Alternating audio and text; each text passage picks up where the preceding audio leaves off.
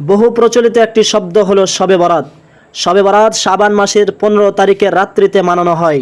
ইবনে বাজ রাহিমাহুল্লাহ বলেন, এ মর্মে যতগুলি হাদিস বর্ণিত হয়েছে সেই সমস্ত হাদিসের কোনো অস্তিত্ব নেই।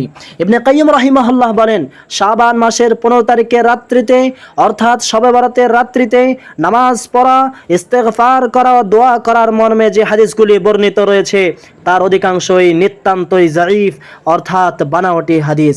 কিছু মানুষ এই রাত্রিকে অধিক ফজিলত দিয়ে থাকে, অধিক গুরুত্ব দিয়ে থাকে, রাত্রি জেগে নামাজ পড়া, ইবাদত করা ও ইস্তেগফার করে থাকে, কিন্তু আসলেই এই রাত্রি মর্মে সহিহ হাদিস, এই রাত্রিতে ইবাদত করা মর্মে সহিহ হাদিস বর্ণিত নেই।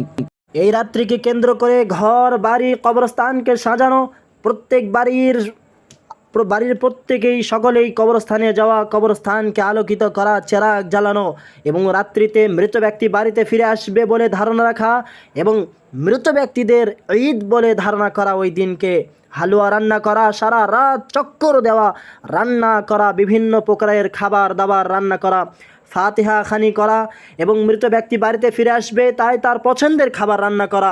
মৃত ব্যক্তি যদি নেশাদার দ্রব্য পান করে তাহলে সেই নেশাদার দ্রব্য সেই ফাতিহা খানি করার সময় সামনে রাখা। যেমনভাবে হিন্দু ভাইয়েরা দেওয়ালি পালন করে, খ্রিস্টানরা 31st নাইট ডে পালন করে।